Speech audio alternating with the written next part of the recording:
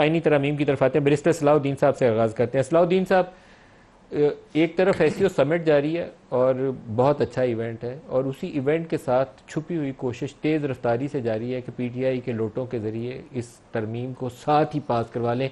जैसे ही समिट ख़त्म होगा तो आइन वो जो कमेटी है उसका स्पेशल इजलास भी कल हो रहा होगा, तो परसों काबीना भी बैठ जाएगी और कौमी असम्बली और सेनेट भी बुलाए जाएंगे, और साथ ही हमने ठग करके ये आइनी तरमीम पास करवाने का अमल जो है उसका।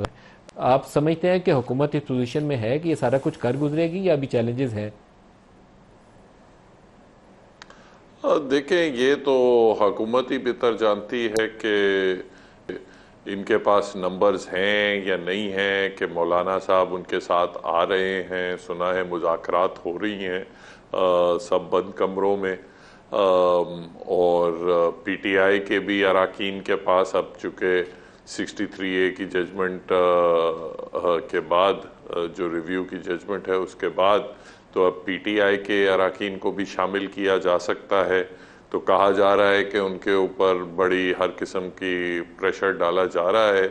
तो ये तो अब आने वाले दिन ही बताएंगे कि हुकूमत के पास नंबर्स हैं या नहीं हैं। मगर बहरहाल जो तरीक़ेकार इख्तियार किया जा रहा है, मैं समझता हूँ ये पाकिस्तान के लिए इसके बहुत लॉन्ग लास्टिंग और नेगेटिव कॉन्सिक्वेंसेस होंगे। ये बेसिकली जो आप करने जा रहे हैं जी, कि ये सुप्रीम कोर्ट को आप ख़त्म करके उसके मेन पावर्स, कॉन्स्टिट्यूशनल पावर्स लेके अगर आप एक नई आईनी अदालत कायम करने जा रहे हैं, दिस इज़ लाइक कि आप ओपन बाईपास सर्जरी कर रहे हैं, किसी हार्ट बाईपास सर्जरी कर रहे हैं किसी मरीज पे।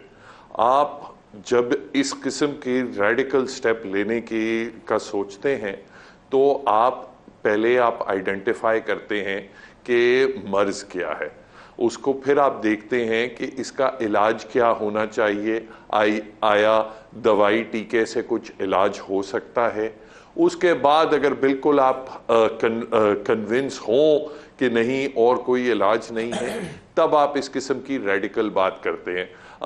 देखें, शिकायत हमारी भी अक्सर रही हैं जुडिशरी से, पार्लियामेंट से भी शिकायत रही हैं कि पार्लियामेंटेरियंस ने वो रोल अदा नहीं किया जो उनको करना चाहिए।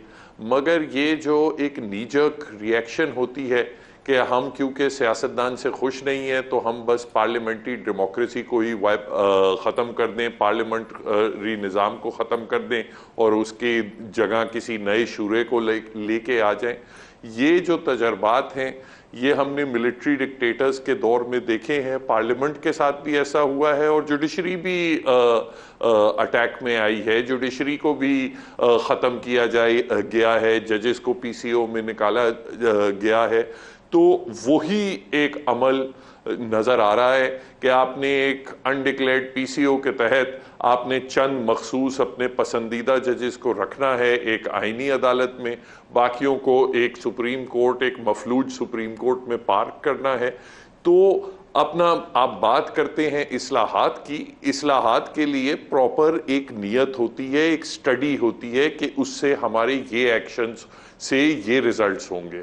अभी जो करने जा रहे हैं शायद अपनी हुकूमत को एक या दो, एटलीस्ट जहाँ तक सियासतदानों का काम है का मकसद है, शायद अपनी हुकूमत को 1-2 साल का इजाफा दे देंगे, मगर उसके जो देरपा जो नताइज होंगे वो पूरी कौम भुगतेगी।